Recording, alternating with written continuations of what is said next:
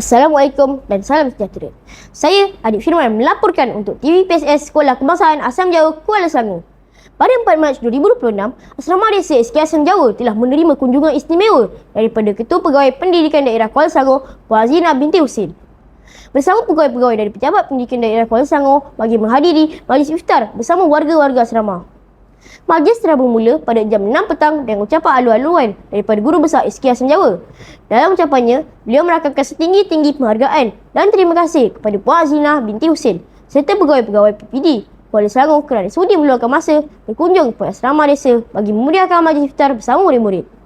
Majlis diteruskan dengan ucapan daripada Puan Azina binti Husin. Beliau menzahirkan rasa terima kasih kepada pihak sekolah dan pengurusan asrama kerana menjemput pihak PPD ke majlis yang penuh bermakna. Beliau turut menyatakan rasa kagum melihat murid-murid asrama yang mampu berdikari walaupun di usia yang sangat muda. Selain itu, beliau juga memuji keindahan dan kekemasan surau SK Asam Jawa yang begitu cantik serta selesa untuk beribadah.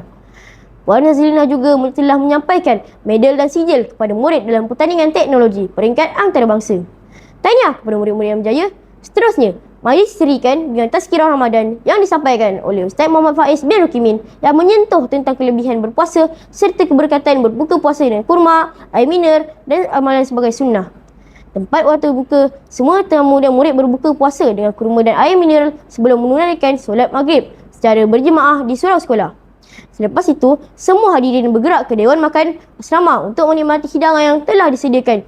Berbagai juadah yang lazat dihidangkan, termasuklah aneka kuih muih tradisional, hidangan utama yang menyilirkan serta buah-buahan yang segar dan menambah kemeriahan suasana berbuka. Kemudian, majlis teruskan lagi dengan solat isyak secara berjemaah dan solat sunat tarawih yang dilakukan bersama-sama dalam suasana yang penuh khusyuk dan harmoni.